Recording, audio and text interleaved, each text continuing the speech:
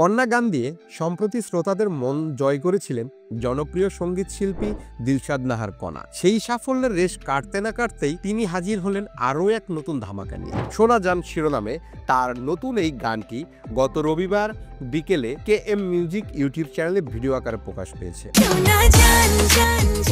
শোনা যান গানটির সবচেয়ে বড় চমক হলো এর ভিডিও। গানটিতে রোমান্স পারফর্ম করেছেন কলকাতার জনপ্রিয় দুই অভিনয় শিল্পী অলিভিয়া সরকার এবং অমিত পাল। বিশেষ করে স্টার জলসার পরিচিত মুখ অলিভিয়া সরকারের উপস্থিতি গানটিকে দুই বাংলার দর্শকদের কাছেই আকর্ষণীয় করে তুলেছে।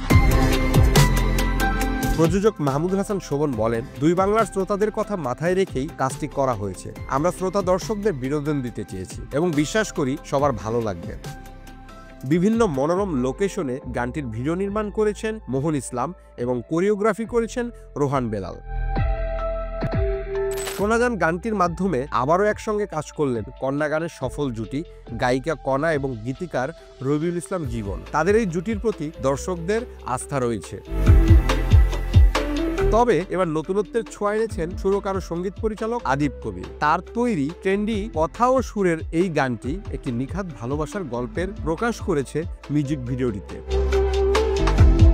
প্রযোজক শোভন আরও বলেন, কণা আপু আমার খুব পছন্দের একজন গায়িকা। রবিউল ইসলাম জীবন ভাই এবং আদিব কবিরের কাজেরও ভক্ত আমি। সব মিলিয়ে তাদের নিয়ে কাজটি করা।